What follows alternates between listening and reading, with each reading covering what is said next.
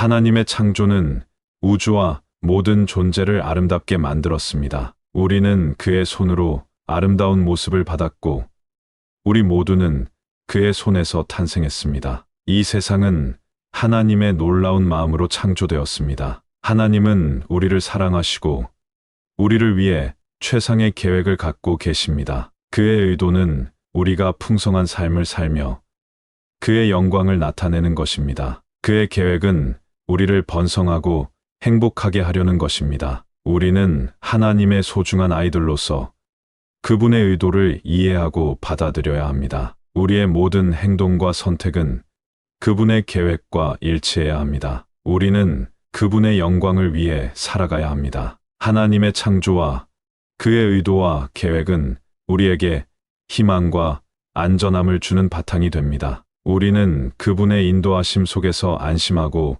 풍요로운 삶을 살아갈 수 있습니다. 하나님의 사랑과 섭리가 우리 삶의 모토가 되어야 합니다. 하나님의 창조와 그의 의도와 계획은 우리에게 영원한 희망을 안겨줍니다. 우리가 그분을 바라보며 믿음을 키우고 그의 뜻을 따른다면 우리의 삶은 축복과 은총으로 가득할 것입니다. 하나님의 사랑은 우리를 감싸며 우리를 이끌어 나가 주는 길이 될 것이며 그의 인도하심을 믿음으로 따라가는 것이 우리의 지혜일 것입니다. 질서와 조화로움. 하나님은 혼돈과 공허 속에서 질서와 조화를 창조하셨습니다. 하나님께서는 각 날마다 창조의 과정 중에 좋았다라고 말씀하시며 아름다움과 완전함 속에서 창조를 이루셨습니다. 이는 하나님이 만물을 계획하시고 목적을 가지고 창조하셨다는 의미를 갖습니다. 사람을 향한 사랑과 자유. 하나님은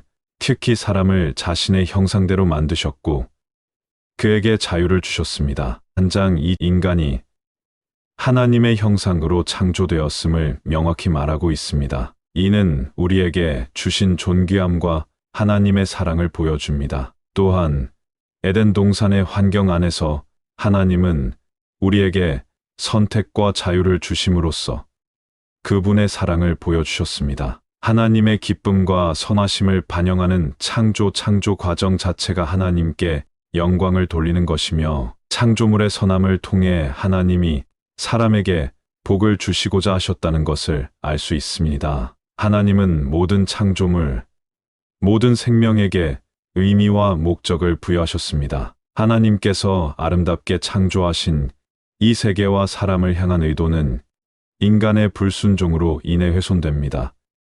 에덴에서의 불순종으로 아담과 하와가 선악과를 먹고 하나님 말씀을 어기게 되면서 하나님과의 관계에 틈이 생기고 타락이 시작되었습니다. 이 사건은 인간이 하나님과 창조의 질서를 존중하지 않고 자신이 하나님처럼 되기를 원했던 순간입니다. 창조의 공간을 침범한 인간은 죄로 인해 창조 세계에 대한 하나님의 계획을 무시하고 하나님의 자리에 서려 했습니다. 그 결과 인간은 하나님의 창조를 온전히 누리지 못하고 스스로를 파괴의 길로 이끌었습니다. 이로 인해 창조의 질서가 무너지고 인간과 하나님 사이의 관계에 어두움이 깃들었습니다. 로마서 1장 21절에서 25절은 인간이 창조주보다 피조물을 숭배하며 자기중심적인 길로 빠져드는 모습을 보여줍니다.